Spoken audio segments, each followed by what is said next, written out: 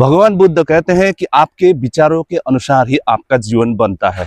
और गीता में भी श्री कृष्ण भगवान ने इसी तरह से अर्जुन को समझाया है कि तुम जो सोचोगे वही बनोगे। इसी तरह से रोंडाबाइन का लिखा गया द सीक्रेट में भी यही कुछ बातें बताई गई है। द सीक्रेट में कुछ चीज़ों को बहुत ही ज़्यादा महत्व दिया गया है, वो है आस्क, बिलीव एंड रिसीव। और दूसरा है जो महसूस करते हैं वही आपको मिलता है, वो नहीं जो आप सोचते हैं। और तीसरा पॉइंट ये है कि हम जो भी हैं आज वो हमारा पुराना थॉट्स की वजह से है। और चौथा है लॉ ऑफ अट्रैक्शन, आप विश्वास करें या ना करें आपका जीवन में काम करता ही रहेगा। और अंत में पांचवा है कि बुरे विचारों से दूसरों को नहीं बल्कि अपना ही हानि होंगे। और इसी चीज के विषय में बहुत दिन पहले लिखा गया द सीक्रेट को आज का जो जमाने में जो भी चेंजेस आ रहा है उसी के अनुसार मैं थोड़ा सा समराइज करने का प्रयास करूंगा। मैं जहां पर early in the morning workout करता हूं उसी को भी दिखाते हुए आपसे बातें करना चाहूंगा। इस वीडियो को देखेंगे तो कुछ ना कुछ आपको जरूर मिलेगा, इसलिए बने रहिएगा। रोंडाबाइन का बुक्स द सीक्रेट में आस्क, बिलीव एंड रिसीव को जोर देकर कहा गया है कि पहले ब्रह्मांड को मांगो, उसके बाद में विश्वास करो, उसके बाद में वो प्राप्त करो या प्राप्त होगा ही होगा। और आगे बोलते हैं कि जो भी आप ब्रह्मांड से मांगेंगे वो स्पेसिफिक होना चाहिए, एकदम एक्यूरेट।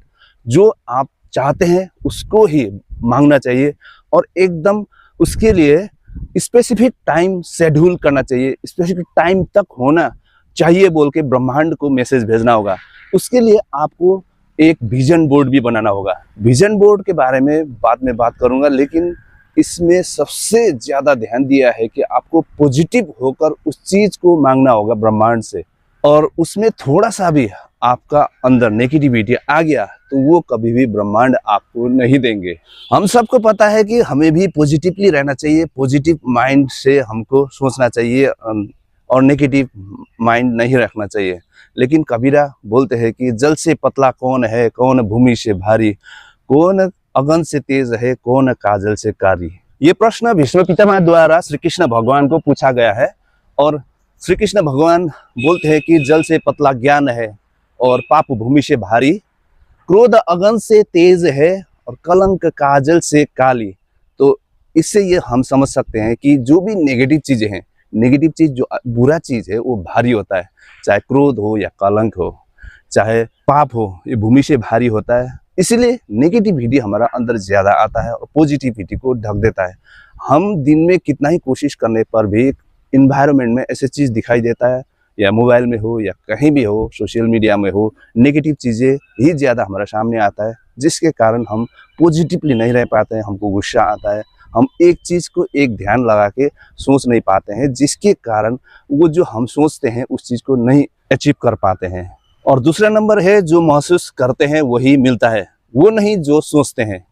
आज दुनिया में जो भी चीज देखेंगे, जैसे कि बल्ब हो गया, जैसे हवाई जहाज उड़ रहा है, किसी का बस का बात था कि ये सोचे कि ऐसा भी हो सकता है, लेकिन किसी ने महसूस किया था कि ऐसे भी हो सकता हो, कि मैं कोशिश करूं तो इस तरह से सोचा होगा। और डीपली सोचने के बाद, हजारों बार एक्सपेरिमेंट करने के बाद थॉमस अल्वा एडिसन ने बल्ब का इजहार किया। उसी तरह से राइट ब्रदर्स ने भी जहाज को कैसे, क्या एक कोई भी गाड़ी हो उड़ सकता है ऐसे आकाश में, कोई सोच सकता है, लेकिन उन्होंने महसूस किया था, प्रयास किया, और आज हम सारे उसी में ट्रैवल करते हैं। और जो थॉमस अल्वा एडिसन ने आविष्कार किया गया बल्ब के अनुसार ही हम जीते हैं। बगैर बल्ब कहीं भी आज जीना भी मुश्किल हो जाता है, इतना अंधकार महसूस होता है।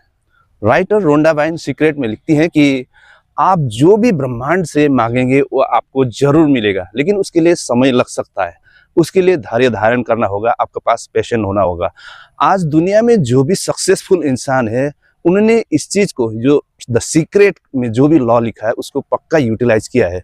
जैसे इलन मस्क ने भी जरूर किया होगा, जिसने अमेरिका, जो कि दुनिया का सबसे धनी कंट्री, सबसे एडवांस टेक्नोलॉजी वाला कंट्री का, जो नासा जैसे ऑर्गेनाइजेशन है उससे भी आगे निकल चुके हैं इलन मस्क, तो उसने कभी ना कभी ये महसूस किया होगा कि मैं स्पेस पर बस्ती बसाऊंगा, मैं मंगल पर गांव बसाऊंगा, ऐसे जरूर सोचा होगा और महसूस किया होगा, तभी उसने ये सब कर पाया है। और द सीक्रेट का तीसरा नंबर पॉइंट है कि जो आज हम है या आप है या मैं हूँ, हमारा पुराना थॉट की वजह से ही है।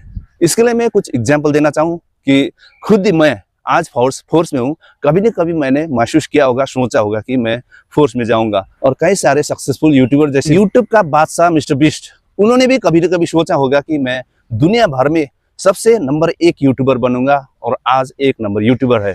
और जैसे कि भारत के बोले तो विवेक बिंद्रा, संदीप माहेश्वरी, मनोज डे, केरी मीनाटी, इन्होंने भी कभी न कभी सोचा होगा, महसूस किया होगा कि मैं एक दिन यूट्यूब में सक्सेस बनकर दिखाऊंगा, बिजनेस में सक्सेस होऊंगा।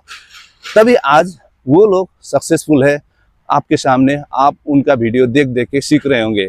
और चौथा पॉइंट ये है कि आप चाहे मानो या ना मानो, लॉ ऑफ अट्रैक्शन आपका जीवन में काम करता ही रहेगा। आप जो सोचते हैं, पॉजिटिवली सोचते हैं, जिसको एकदम अंतर हृदय से सोचते हैं, महसूस करते हैं, वही आपका जीवन में घटित होता रहेगा और आपका लक्ष्य वहीं जाकर रुकेगा कि आप किस तरह से सोचते हैं उसी तरह का इंसान बनेंगे।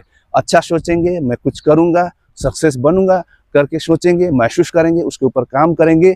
जैसे बोलते हैं कि आस ब्रह्मांड से मांगेंगे, प्रयास करेंगे तो आप जरूर वही बनेंगे। और यदि उसको नेगलेक्ट करेंगे, थोड़ा देर सोचेंगे, छोड़ देंगे, तो जैसे आप नॉर्मल जी रहे हैं ऐसे जीवन आपका बनता ही रहेगा और ऐसे हम संसार को छोड़ के चले जाएंगे। और अंत में 5वां पॉइंट है, बुरे विचारों से दूसरे को नहीं बल्कि खुद का ही हानि होता है, खुद को ही नुकसान पहुंचता है।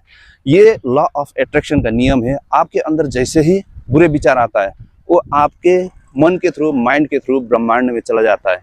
ब्रह्मांड का जो लॉ ऑफ अट्रैक्शन है वो नहीं समझता है कि ये बुरा है या अच्छा है, ये किसके लिए, लेकिन जो भी आप सोचते हैं, बोलते हैं, उस चीज को ब्रह्मांड आपकी तरफ अट्रैक्ट करता है। जिसके कारण जो आपने बुरा सोचा है किसी के लिए, आपने किसी के लिए बुरा करने की कोशिश किया है, वो चीज़ आपका जीवन में ही वापस अट्रैक्ट होता है और आता है।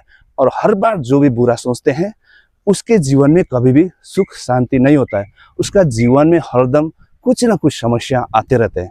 इसलिए अंत में मैं यही बोलना चाहता हूँ कि आप किसी के ऊपर भी बुरा ना सोचें, पॉजिटिव माइंड रखें, आप जीवन में लक्ष्य को निर्धारित करें। सही समय में मैं क्या करने के लिए तैयार रहूँगा, क्या मेरा जीवन में होना चाहिए, ये तय कीजिए। एक विजन बोर्ड बनाइए और उसके ऊपर काम करना शुरू कीजिएगा तो आपको लक्ष्य अवश्य मिलेगा। बहुत बहुत धन्यवाद आपने अपना समय देने के लिए।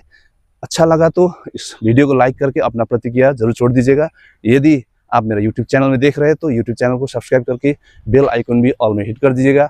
और यदि मेरे फेसबुक पेज में देख रहे हैं तो पेज को फॉलो करके अपना प्रतिक्रिया छोड़ना मत भूलिएगा। बहुत बहुत धन्यवाद। आपका दिन शुभ हो।